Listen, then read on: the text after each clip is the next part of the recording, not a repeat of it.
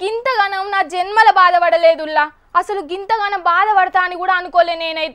నేనే గింతగానం బాధపడుతున్నానంటే ఇంకా ఏపీ పాత సీఎం పంకపాటి ఓనర్ జగనన్న ఎంత బాధపడుతున్నాడో, ఎంత రంది పడుతున్నాడో. అయ్యో జగనన్న, ఓ జగనన్న, నా జగనన్న, ఓ జగనన్న, అయ్యో జగనన్న. జగనన్న సర్కార్ల మంత్రిగా పనిచేసిన అవంతి శ్రీనివాస్ సారు ఇవాళ పంకపార్టీకి రాజీనామా ఇచ్చిండుల్లా. రాజకీయాల్లో రాజీనామాలు జంపింగులు చాలా కామనే కదా, అనుకునేటట్టు లేదు ఈ రాజీనామా. జగనన్న సర్కారు ఉన్నప్పుడు జగనన్న కంటే ఎక్కువ ఆయన మంత్రివర్గం పేరే ఇనబడేది. దాంట్లో అవంతి సారు పేరు కూడా చాలా మేను. మరి గసొంటి అవంతి సారు ఇవాళ పంకపార్టీకించి బయటకు వచ్చుడంటే జగనన్నకు పెద్ద షాకే. జగనన్నతోటి ఇంకుండలేను, నాతోటి అయితలేదని కూడా మైకుల ముంగటికి వచ్చి మాట్లాడిండు. మళ్ళీ ఈయన కూర్చుని ఇక్కడ తాడేపల్లిలో కూర్చుని ఆయన సార్ చెప్పేస్తారు. చెప్పేయడం చాలా ఈజీ. మీరు కలెక్టరేట్ వెళ్ళండి, ధర్నా చేయండి, గొడవ చేయండి. సో ఆ ఇబ్బందులు ఉన్నాయంటే, ఇబ్బందులు వస్తే వాళ్ళకి ఏదో అడ్వకేట్ పెడతాను, వాళ్ళకి బెయిల్ ఇప్పిస్తానంటే ఇంకా వాళ్ళ ఫ్యామిలీ ఉంటారు, వాళ్ళ ఇబ్బందులు ఉంటాయి. అందరూ అంత లైట్ తీసుకోలేరు కదా.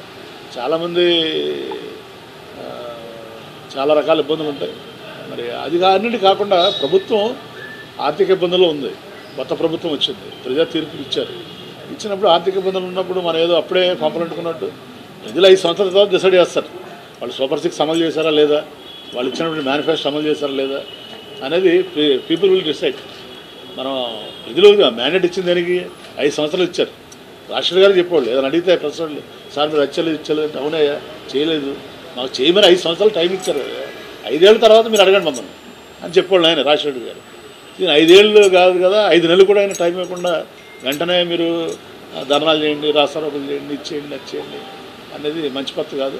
ఎందుకంటే రాష్ట్రం అభివృద్ధి చెందాలంటే వాళ్ళ కేంద్రం దగ్గర కానీ రాష్ట్రం దగ్గర కానీ వాళ్ళ ఫ్యామిలీ ఉంటారు, వాళ్ళ ఇబ్బందులు ఉంటాయి. అందరూ అంత లైట్ తీసుకోలేరు కదా. ప్రభుత్వం ఆర్థిక ఇబ్బందులు ఉంది. కొత్త ప్రభుత్వం వచ్చింది, ప్రజా తీర్పులు ఇచ్చినప్పుడు ఆర్థిక ఇబ్బందులు ఉన్నప్పుడు మనం ఏదో అప్పుడే పంపలంటుకున్నట్టు ప్రజలు 5 సంవత్సరాల తర్వాత డిసైడ్ చేస్తారు. కొత్తగా వచ్చిన సర్కారుకు అసలు టైమే ఇయ్యకుండా ధర్నాలు నిరసనలు చెయ్యుండ్రి అని తాడేపల్లిలో ఊసుండి చెప్తున్నాడట జగనన్న. మీకేంది, మీరు ఊసున్న కాడ బగ్గనే చెప్తారు, ఏమన్నా అయితే మా కుటుంబాలే కదా అవస్థ పడేది అని అంటున్నాడు అవంతి సారు. గీ మాటలను చూస్తేనైతే సారు మళ్ళా సైకిల్ పార్టీలకో లేకపోతే గిలాస పార్టీలకో పోతున్నాడు అని అర్థమవుతున్నది అన్నట్టే. నేను ఎక్కడైనా నాకు కావాల్సింది ఏదో డబ్బు పదవి కాదు, గౌరవం కావాలి. సో గౌరవం ఎక్కడుంటే అక్కడ ఉంటాను నేను. అంటే పంక పార్టీలో ఇల్వలేదని చెప్తున్నాడు కదా డైరెక్ట్ గానే.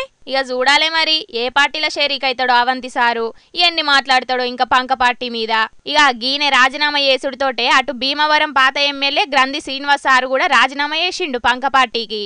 కార్యకర్తల గురించి లీడర్ల గురించి అస్సలే ఆలోచన చేస్తలేడట జగనన్న.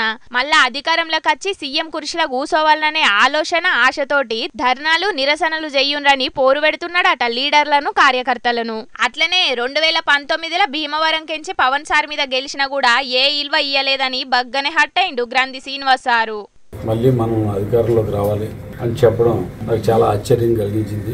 పార్టీ నాయకులు కార్యకర్తలు ఎటువంటి ఇబ్బందుల్లో ఉన్నారు ఏంటనేది ఆ క్షణంలో ఆయన నాయకులు కార్యకర్తల పట్ల ఒక సానుకూలమైన దృక్పథంతో ఆలోచిస్తున్నారనేది నాకు అనిపించాల. ఇప్పుడు కూడా మళ్ళీ ఆయన్ని సీఎం సీట్లో కూర్చోబెట్టాలి, దానికోసం మేము అందరం కూడా పోరాటం చేయాలని చెప్పి. అధికారం పోయిన 6 నెలలకే పెద్ద లీడర్లు ఒకలేనుకోగలు పార్టీ నిడిచిపెట్టి బయటకు పోతున్నారంటే అర్జెంటుగా జగనన్న జిట్టి తీపించుకున్నాడో లేకపోతే ఏదైనా పూజ చేపించుకున్నాడో వేయాలే కావచ్చు.